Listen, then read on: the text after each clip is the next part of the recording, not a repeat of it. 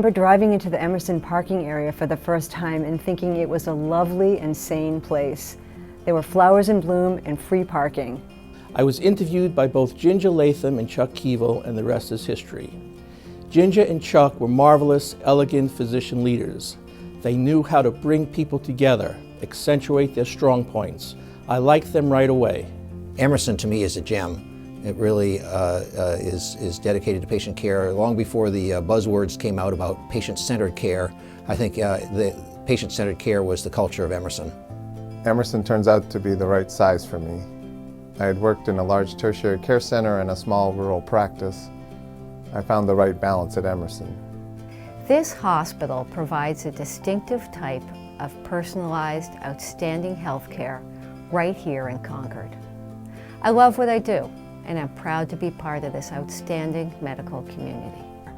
I'm blessed with great physicians who I work collaboratively with, and blessed to be part of a hospital that has committed to invest in its future. Patients, the physicians, the hospital, there's nothing about this place that I would really want to change.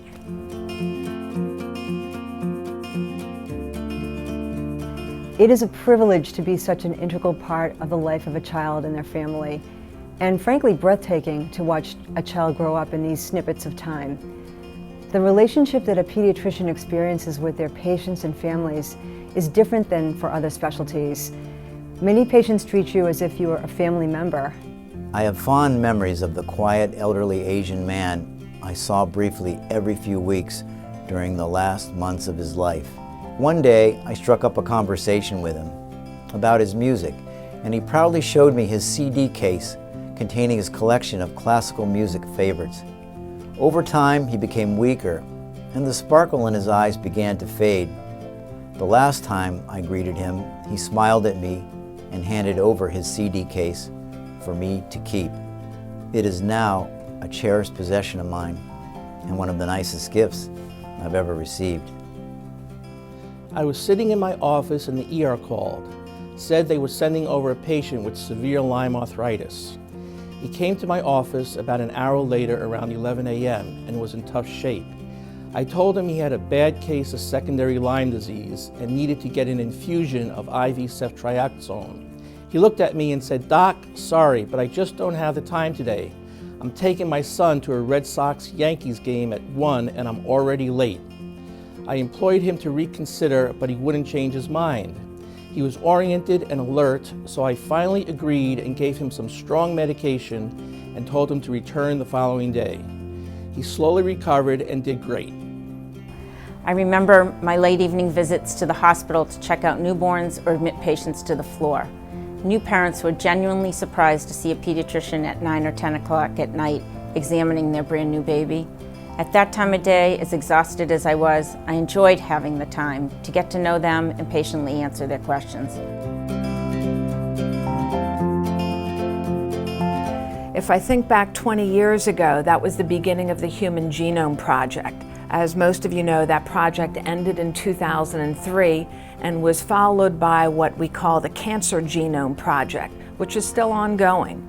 But the outgrowth of all of that work has enormously changed what I can do for patients and their families.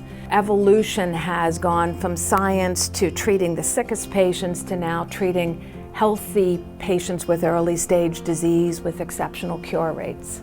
The promise of information technology is that we can really reach out to a population of patients. You can find the patients that aren't filling their prescriptions and find the patients that aren't showing up for office visits and find the patients with certain diagnoses and reach out to them and help them get the most out of their medical care.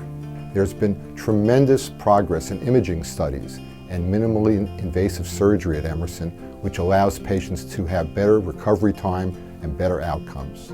The synergy of these services allows excellent care here at Emerson. I've come to know and work with so many doctors whose high pedigree of training is only surpassed by their commitment to their patients. I have the highest level of trust in their opinion and love the ability to pick up the phone and get any one of them on the line within minutes to run something by them or aid them in the care of our patients. I am also continually impressed by the skills and commitment that our operating room staff and nurses have towards the hospital and our patients. It is in large part because of them that we are so successful as surgeons. So why Emerson? Because I really wouldn't want to be anywhere else.